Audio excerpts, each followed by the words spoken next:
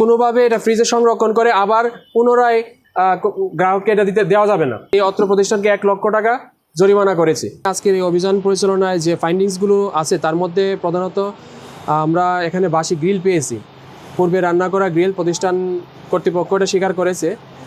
বাসি গ্রিল, টিক্কা, কাবাব। আপনারা জানেন যে খাদ্যমানের পুষ্টিগুণ থাকে সেটাতেই, যেটা প্রথমবার রান্না করা হয়। যে খাবারগুলো তারা সংরক্ষণ করে রাখছে ফ্রিজে, আমরা তৃতীয় তলায়, এই অত্র প্রতিষ্ঠানের তৃতীয় তলায় ফ্রিজে এই খাবারগুলো সংরক্ষণ অবস্থায় পেয়েছি।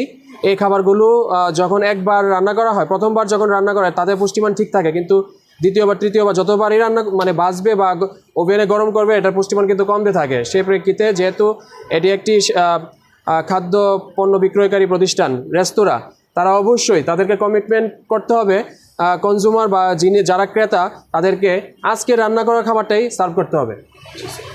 ঠিক আছে? কোনোভাবে এটা ফ্রিজে সংরক্ষণ করে আবার পুনরায় গ্রাহককে এটা দেওয়া যাবে না। যদি দেন তাহলে কিন্তু আমরা ব্যবস্থা নেব। অতীতেও কিন্তু এরকম অভিযান পরিচালনা করা হয়েছে।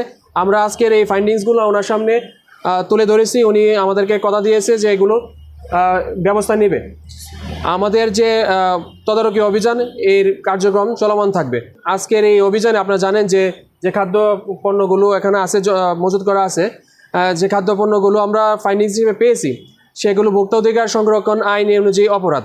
ভোক্তাদেরকে মিথ্যা তথ্য দিয়ে কিন্তু তারা বিক্রি করতেছে, এটা করা যাবে না। সে প্রেক্ষিতে আমরা ভোক্তা অধিকার সংরক্ষণ আইনের সংশ্লিষ্ট ধারা অনুযায়ী এই অত্র প্রতিষ্ঠানকে 1 লক্ষ টাকা জরিমানা করেছি।